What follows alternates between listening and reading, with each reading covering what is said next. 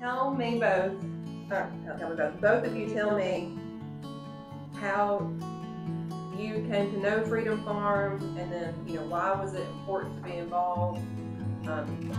Really, whatever you want to say about Freedom Farm from the very beginning. I guess I ought to start on this and then you tell them.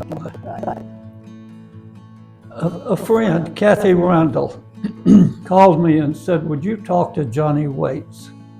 And I said, about what? She said, just talk to him. He has a project and he needs a businessman to help him get it off the ground. Johnny asked me to come out to the site. I go out there and I find it an amazing site. But I'm still debating whether I want to get as involved as it appears I would have to be if I help Johnny. But Joseph Deason, who is the father of 24 kids, 19 of them adopted, 5 biological, was there, and he showed me the picture of those children. And I said to him, Joseph, how do you and Erica handle all the problems with these children? And he said, Mr. Weldon, it's not about the problems, it's about the rewards. I suppose that was the moment that hooked me, because on the way home I had a little talk with God, and I said in my arrogant way, when I get to heaven I always plan to ask you why all little boys and little girls didn't have a good mama and daddy, but I guess that's the wrong question, isn't it? It really isn't what you're doing about these children that don't have fathers and daddies, it's what am I going to do? Did you know that it was about foster care when Kathy Randall No, approached you? I had no idea what it was until I saw Johnny. And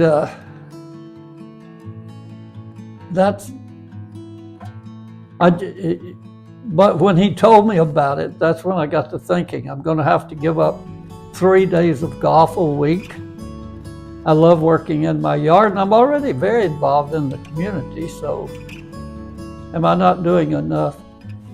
But I'll tell you, for an old man, and I was 85 at the time, been almost 3 years now, Johnny's project is probably the best thing that ever happened to me, because I think all of us need something of value to do, no matter how old we are. So I've been blessed immeasurably, even though it's been the most difficult and probably the most important thing I've ever done. What did you say when he came home and talked to you about it? Well, I knew Johnny, not that well, but I did know him, and I knew Kathy. And I thought, well, good. If they think it's of value, he's an old man.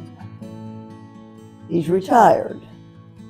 He keeps himself busy all the time, but I thought, okay, he can handle this. I didn't know how much it would fit. He's quit golf, but he's still doing most everything else. So it's good. It's good for him. And when you met the Deasons for the first time, you kind of learned more Oh about my foster goodness. care. Like what about them? What about the mission of Freedom Farm kind of grasped you? I am amazed that they can do this with this many children. Now, hopefully, our families will not have that many kids, but the Deasons are outstanding in this. They really are. Erica can train those kids. Joseph, I don't have words for them. They're just wonderful people. I wish everybody knew them. And all the kids. When you think about those kids and the amount of children like the Deason kids that have come from foster care, why is it important? Like, why does Freedom Farm, why should it matter to anybody what we're trying to do? Either one. You don't want to make me cry.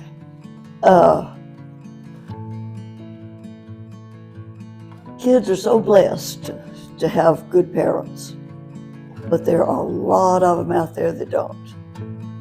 And we need people like the Deasons to take them in, no matter what kind of problems they've had all along, and try to pull them out of it. And they do. They really do. One little boy came up to me one day when I walked in, and he's about up to my hip. He puts his arms around my leg, and he said, "Are you my grandma?" I said, "Do you want me to be?" He said, "Yeah." I said, "Okay, I'm your grandma." And I left crying, like I usually do when I go out to Freedom Farm. There's always something. Yes, you know, Delores and I grew up modestly. Some would say we were poor, but we would say we weren't, because we say we aren't poor unless you're hungry, unloved, alone, or hopeless. And we were never any of those. We had all of that in the world because our parents gave us all that stuff. And we just feel that other little kids deserve the same. And if we can break the cycle of abuse, neglect, abandonment, that will be a blessing for generations to come. So we're all in this. I was meeting with Kathy Wood and Johnny Waite last night, and Johnny was surprised when I said this probably is the most important thing I've ever done. You know, I tried to be an example when I led a company. I wanted to be a Christian businessman. And there are a lot more people than we will have out there, but I wonder if the impact is as great. You know, it's so easy to help children. It's difficult to change the lives of adults. As a matter of fact, when we try to help them more often, it's an enabling thing instead of help. It enables them to do what they were already doing wrong. So if we can get these kids on the right path by the time they get grown, they won't change. So those people that are on board or want to be on board philanthropically, what do you tell them that Freedom Farm is providing for these children? Well, obviously, we love to use the icons, the anchor, the compass, and the cross, which symbolizes the anchor, security and safety, the cross, guidance and nurture, and the hope, both the American dream, but even more importantly, the hope of Christ. Those are the things we hope we provide these children. And if they feel safe, they haven't felt safe all their life. If they are guided and nurtured appropriately, and then if they discover that they too have the hope of a successful life and hopefully the love of Christ, we will have done an incredible job. And that's what we want for those kids. Talking a little bit more about the state of Alabama and the foster care statistics that we are currently in. If somebody has no idea, and maybe they don't even think that many kids are in foster care, how would you describe the situation? Well, officially, there are about 6,000 kids in Alabama in foster care. I suspect if we had the capacity, we'd discover there were more than ought to be. And there are only 2,300 or so foster care homes of varying qualities. Some people get into this business to take advantage of those children. Some would think that there's a lot of money in it. Actually, our kids, we expect to receive, for those that the state recommends to us, about $500 a month. We think Even after providing the home and the parents and everything else, they will cost at least twice that. So if we don't mistreat the kids, we will expend more money than we take in from the state. And if the kids come through us through private means, which we expect several will, those parents more than likely will not be able to finance it at all. So there's a real problem. There are not enough. First of all, even our Department of Human Resources has trouble keeping adequate staffing to support this problem that we have. It's a difficult job, hardest job in government, I think. And they're underappreciated, underpaid. It's a difficult thing. Look, we're only a drop in the bucket. And I hope that other people do exactly what we're doing. So thinking about the stories that you've both heard and kind of have grown to know firsthand of the kids that are coming from foster care or coming from their biological homes and being put into foster care, this is a hard question. But I do find that some people think that maybe the state is taking these children out of these homes preemptively for no good reason, but that's not the case. I don't think people truly grasp the horrific situations that these kids are coming from. So can you elaborate on just some of the stories that you know, of course without identifying any of those particular children, but what are these children experiencing before they end up being placed into the foster care system? And then sometimes while they're in the foster care system. Right. As a matter of fact, we know of a foster parent that had one sibling, visited the sibling in another foster care home and found out the father was abusing the other one. We know of a young boy that was sexually abused by his mother and put up for sale by his mother. We know of children who were raised literally in, we call them dog kennels. It's actually big carrying cages. One little girl at 18 months had been in it so long she hadn't developed muscles to walk. We know of kids that have been burned. Look, there is nothing that could possibly happen to a kid that we haven't already seen. The biggest disappointment is if I walk into your house and you have a little 4-year-old girl, I'll walk up and I'll talk to her, and before I leave I'll say, will you give me a hug? These kids are so distrusting of people over 3 feet tall that you don't dare ask them for a hug.